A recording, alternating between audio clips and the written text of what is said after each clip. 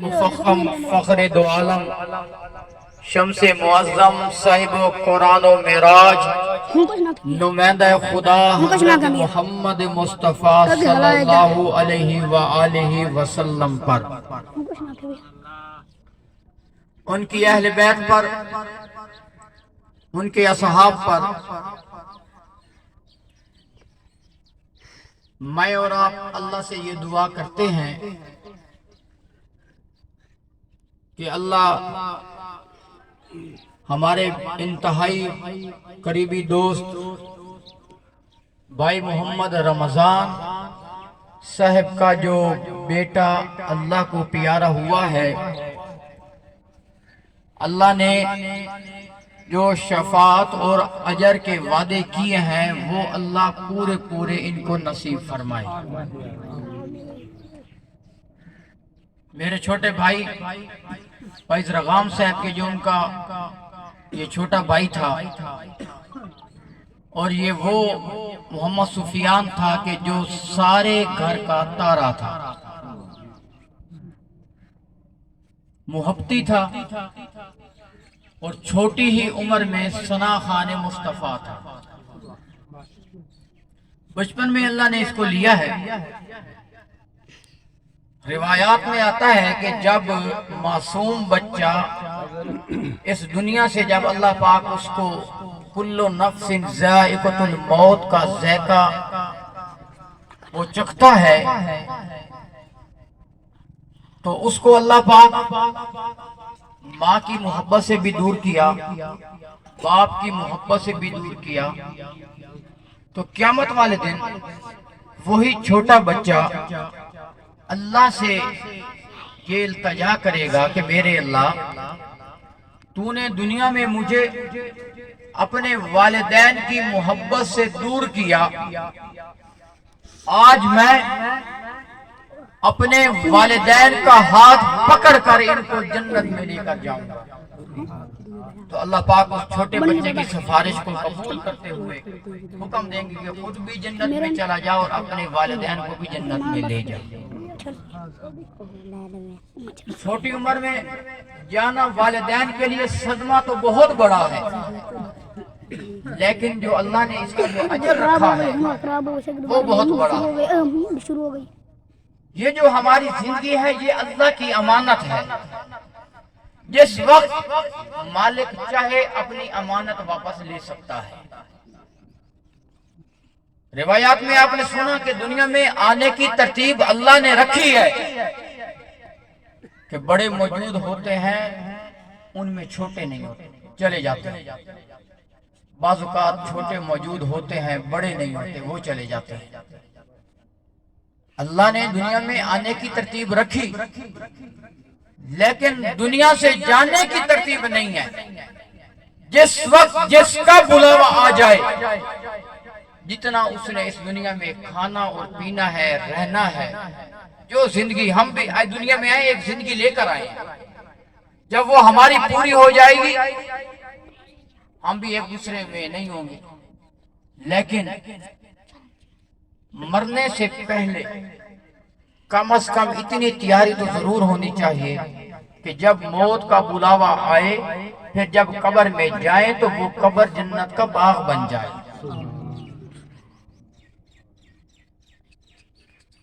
موت ایک ایسی حقیقت ہے کہ اس کو نہ آج تک کسی نے جھٹلایا نہ کوئی جھٹلائے گا۔ دنیا کا سب سے بڑا جو سچ ہے وہ ہے کل نفس ذائقۃ الموت، وہ ہے موت۔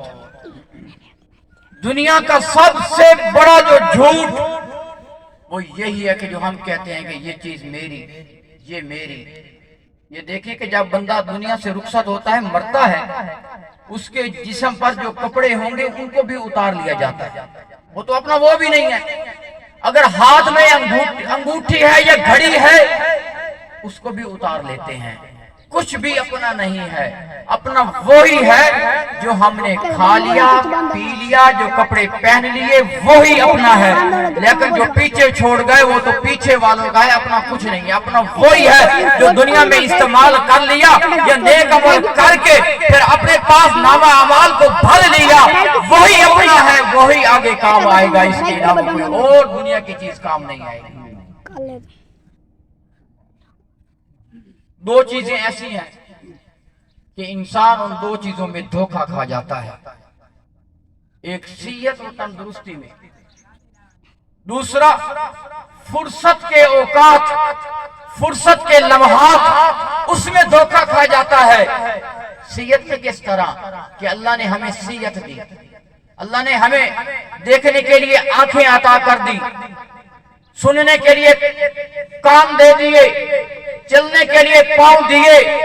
ہاں اگر اللہ نے آج صحت دے دی ہے، اللہ کا شکر ادا کر کے اس کی عبادت کر لیں۔ ہاں جس نے یہ فرصت کے دنوں میں، صحت کے دنوں میں جس نے عبادت نہیں کی، اللہ کو یاد نہیں کیا، آج تو فرصت ہے کہ ہم سب کچھ کر رہے ہیں، لیکن جس وقت یہ فرصت ختم ہو جائے گی پھر ایک لمحہ نہ آگے نہ پیچھے ہو سکتا۔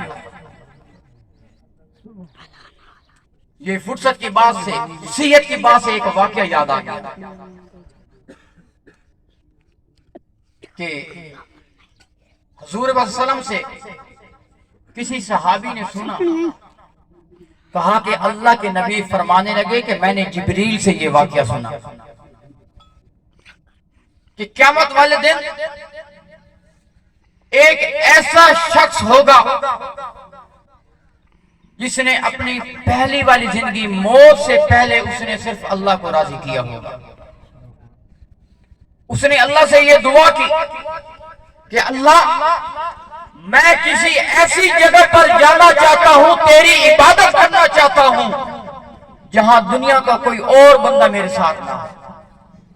روایات میں ہے کہ وہ ایک سمندر میں چلا گیا، سمندر کے کسی حصے میں ایک پہاڑی تھی، اس پر جا کے وہ پہنچا، اور آپ سمجھتے ہیں کہ سمندر کا پانی بڑا نمکین ہوتا ہے، پینے کے قابل نہیں ہوتا، لیکن جب وہ وہاں پہنچا تو اس نے اللہ سے دعا کی، اللہ میرے لیے پانی کا بھی انتظام فرما دے اور میرے لیے کھانے کا بھی انتظام فرما دے، جو میری زندگی ہے میں یہی گزاروں گا، تیری عبادت کروں گا۔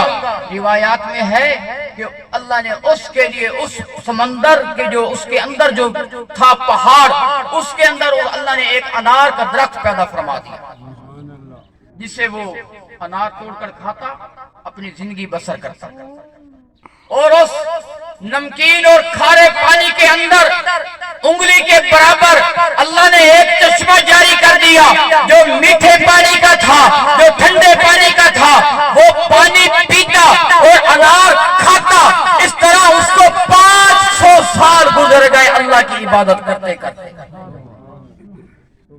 جب اس کی موت کا قریب آیا نا وقت، تو اس نے اللہ سے دعا کی، اللہ ایک تو یہ ہے کہ جب میری موت آئے سجدے میں آئے، اللہ نے اس کی اس دعا کو بھی قبول فرمایا، اور یہ بھی کہا کہ اللہ مٹی پر میرے جسم کو حرام کر دے، یعنی کہ مجھے کوئی دفنائے نہیں، میں اسی سجدے کی حالت میں قیامت تک رہوں۔ اسی سجدے کی حالت میں اللہ نے اس کی اس دعا کو بھی قبول فرمایا، سجدے میں موت آئی اور مٹی میں بھی اس کو دفن نہ کیا، اور اللہ نے ایسا انتظام کیا کہ آج تک وہاں کوئی شخص پہنچ سکتا ہی نہیں ہے۔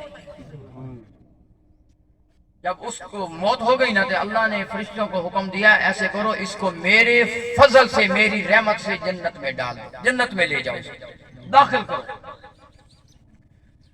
جب اس نے کہا کہ اللہ تیری رحمت اور تیرے فضل سے میں جنت میں جاؤں گا، اللہ نے کہا ہاں۔ اس نے کہا اللہ میرے پاس 500 سال کی عبادت ہے، اور وہ عبادت کہ جو میں جب کرتا تھا یا میں ہوتا تھا یا اس میں کوئی ریاکاری نہیں تھی، دنیا کو کوئی دیکھنے والا شخص نہیں تھا، کوئی بھی نہیں تھا، صرف 500 سال گزر گئے، میں نے صرف تیری عبادت کی، میں تو اپنی عبادت کے بل بوتے پر جنت میں جاؤں گا۔ اللہ نے کہا ٹھیک ہے. اللہ نے کہا یہ اللہ کہے گا قیامت والے دن کی بات ہے, اللہ کہے گا کہ اس کو میرے پاس لے آؤ. جب وہ قریب آئے گا فرشتوں سے کہیں گے کہ ایسے کرو, اس نے میری جتنی ہی نعمتیں کھائی ہیں ان سب کا حساب کرو. 500 سال جو اس کو میں نے زندگی دی اس میں اس کا حساب لو. جب حساب کا وقت آیا نا تو اللہ نے کہا کہ جو میں نے تجھے آنکھیں دی تھی 500 سال تک تو دیکھتا رہا, ان آنکھوں کا حساب. جب ان آنکھوں کا حساب آیا 500 سال کی عبادت جو تھی وہ ایک آنکھیں جو اس نے 500 سال تک صرف دیکھا اس میں ساری کی ساری عبادت چلی گئی.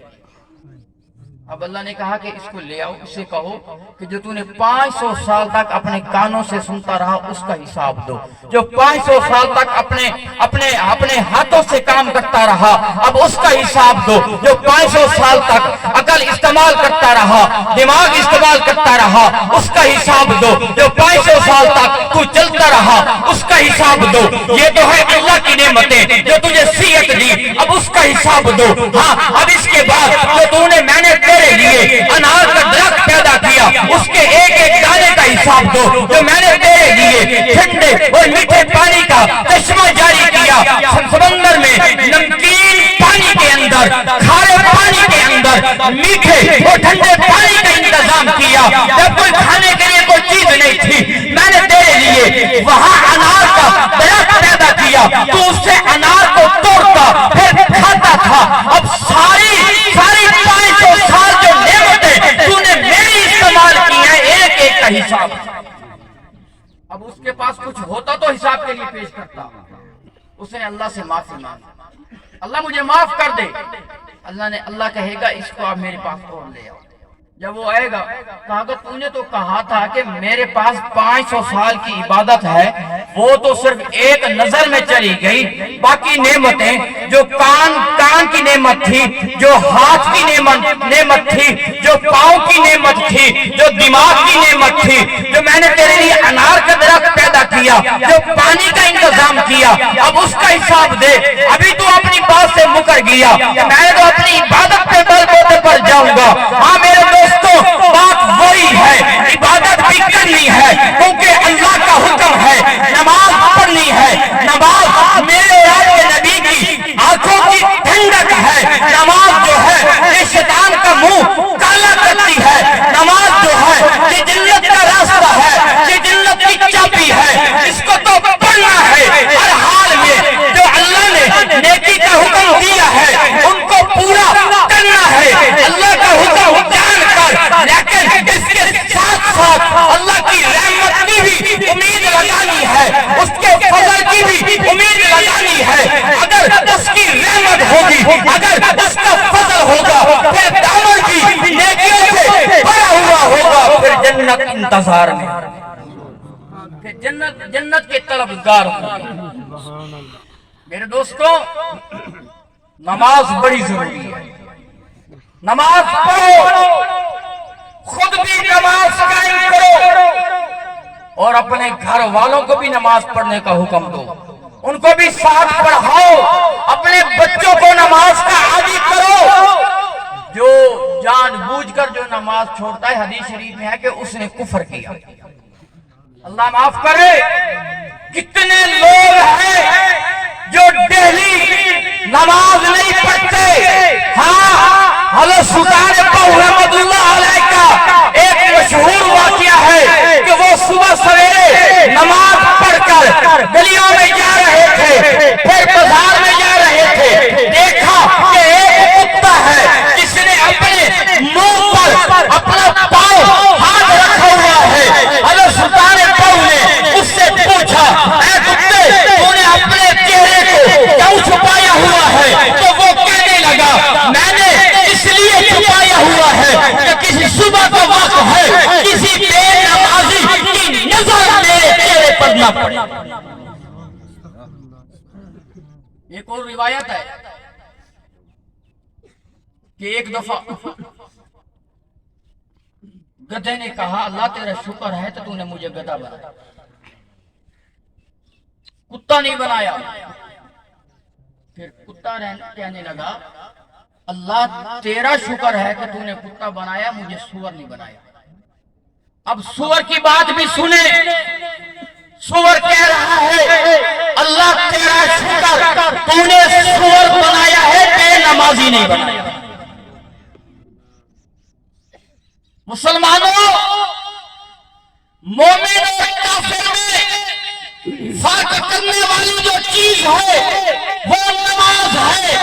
یہی نماز مومن کی پہچان ہے، مسلمان کی پہچان ہے۔ نماز کسی حالت میں بھی اس کی معافی نہیں ہے۔ ہاں، اگر آپ خوشی میں ہیں اللہ کی عبادت کو مت بھولیں، اگر آپ غم کے عالم میں ہیں اللہ کی عبادت کو مت بھولیں، ہر حال میں اللہ کو بھی راضی کریں۔ ہاں، حقوق اللہ بھی ادا کریں، حقوق العباد بھی ادا کریں۔ حقوق اللہ جو ہے وہ ہے اللہ کے حقوق، نماز، روزہ، ذکر، اذکار، قرآن کی تلاوت، جو ہم نے نیک عمل کیے، اگر ان میں کوئی کمی کوتاہی رہ گئی، اگر اللہ معاف کرنا چاہے تو معاف کر سکتا ہے۔ لیکن جو حقوق العباد ہے ان پر بڑا زور دیا گیا۔ حقوق العباد اس وقت تک معاف نہیں ہوں گے جس وقت تک بندہ بندے کو معاف نہیں کرے گا۔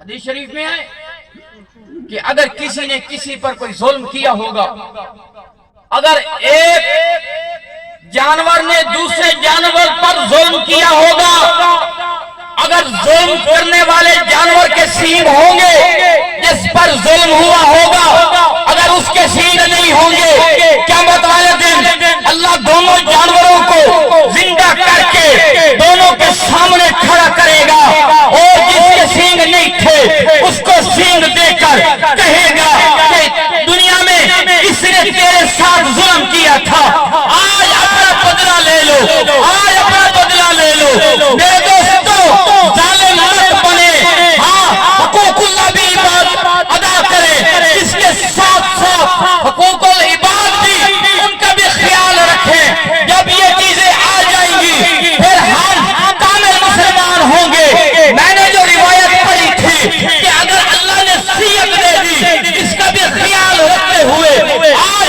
اپنے اللہ کو راضی کر لیں۔ اگر اللہ نے فرصت کے اوقات دیے ہیں اور فرصت کے اوقات میں آج بھی اللہ کو راضی کر لیں، شاید پتہ نہیں ہے بیماری آ جائے، پھر ایسی بیماری بھی آ جاتی ہے جب سجدہ کرنا بھی منع ہو جاتا ہے۔ میرے دوستو، آج سجدے کی توفیق ہے، کریں، نماز پڑھنے کی توفیق ہے، پڑھیں، قرآن پڑھنے کی توفیق ہے، نظر دیکھ رہی ہے، ساتھ دے رہی ہے، قرآن پڑھیں، ہاں جسمانی طاقت ہے، نماز پڑھیں، حج کریں، آج موقع ہے اس فرصت کو غنیمت سمجھ کر، اگر اللہ نے صیت دی یہ بھی اللہ کا شکر، اگر اللہ نے فرصت دی یہ بھی اللہ کا شکر۔ حضرت ابوبکر صدیق یہ صحابی رسول ٹائم صحیح ہے، یہ فرمانے لگے ٹائم رہے گا کہ میں نے اللہ کے نبی سے سنا۔ تو کتنے خوش نصیب ہیں کہ جو یہ کہیں کہ میں نے اللہ کے نبی سے سنا۔ پھر کتنا مرتبہ ہوگا وہ کہنے لگے کہ شیطان نے کہا کہ میں انسانوں کو گناہوں میں ہلاک کرتا ہوں۔ کسی نے پوچھا نا شیطان سے کہ تیرے واردات کے طریقے کیا ہیں، تو کس طرح اپنے کام کو سر انجام دیتا ہے، تو وہ کہنے لگا کہ میں گناہوں میں انسانوں کو مبتلا کرتا ہوں، پھر جس میں وہ ہلاک ہو جاتے ہیں۔ کہا وہ کیسے؟ کہا مختلف قسم کے جتنے گناہ ہیں ان میں میں ان کا عادی کر دیتا ہوں، لیکن اب اس سے بھی میں ایک سٹیپ چل کر انسانوں کو گمراہ کرتا ہوں۔ کہا وہ کیسے؟ وہ اس لیے اگر کسی نے کوئی گناہ کیا، وہ رات کو جب اس کو سمجھ آئی، اس نے اللہ سے معافی مانگی، وہ اللہ کے اور قریب ہو گیا۔ جس نے زنا کیا کیا، اس نے اللہ سے معافی مانگی، وہ اللہ کے اور قریب ہو گیا۔ جس نے سود کھایا، پھر جب اس نے اللہ سے معافی مانگی، اللہ کے قریب ہو گیا۔ الغرض اس نے جو بھی گناہ کیا، جب میں گناہوں میں مبتلا کرتا ہوں، پھر وہ لوگ اللہ سے معافی مانگتے ہیں، اللہ کے قریب ہو جاتے ہیں۔ لیکن میں نے ایک اور طریقہ ڈھونڈا ہے انسانوں کو گمراہ کرنے کے لیے۔ کہا وہ کون سا ہے؟ کہا اب میں ان کو گناہوں کا عادی کے ساتھ ساتھ ان کو بدعات میں ان کو شمار کر دیتا ہوں، ان سے بدعات کرواتا ہوں، جس سے وہ گناہوں میں اور زیادہ مبتلا ہو جاتے ہیں۔ پھر کہا کہ پھر جب تم بدعات میں ان کو لے جاتے ہو، پھر وہ کیا کرتے ہیں؟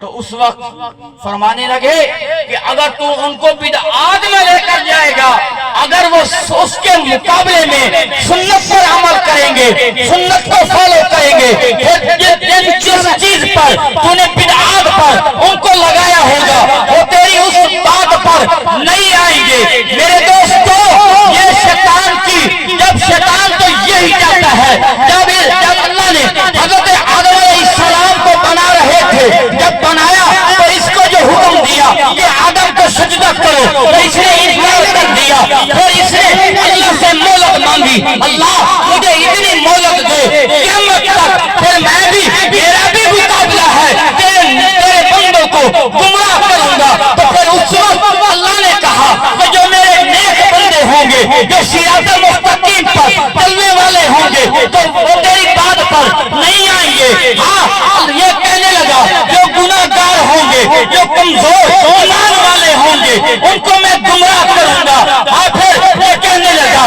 میرے اللہ، میں ان کے آگے سے بھی حملہ کروں گا، ان کے پیچھے سے بھی حملہ کروں گا، سائے سے بھی کروں گا، دائیں سائے سے بھی کروں گا، بائیں سائے سے بھی کروں گا۔ اللہ نے کہا ٹھیک ہے، لیکن یہ ایک بات بھول گیا، اللہ میں ہر طرف سے ان پر حملہ کروں گا، ان کو گناہوں پر لے آؤں گا۔ لیکن اللہ فرمانے لگا، شیطان نے آگے کا نام بھی لیا، پیچھے کا نام بھی لیا، دائیں سائڈ کا بھی لیا، بائیں سائڈ کا بھی لیا، لیکن یہ بھول گیا جب بندہ اللہ سے دعا کرے گا، ہاتھ کو آسمان کی طرف اٹھائے گا، اللہ کے سامنے اٹھائے گا، جب یہ اس کی دعا کرے گا، جب وہ ہاتھ پیچھے کرے گا، پھر یہ بھول گیا، اوپر سے بھی نیچے سے بھی، ہاں یہ بھول گیا، جب یہ دعا کرے گا، میں اس کی دعا کو قبول کر کے شیطان کے حملے کو ناکام کر دوں گا۔ میرے دوستو، اللہ نے جو ہمیں مہلت دی، بات چلی تھی نا مہلت سے، آج ہمیں مہلت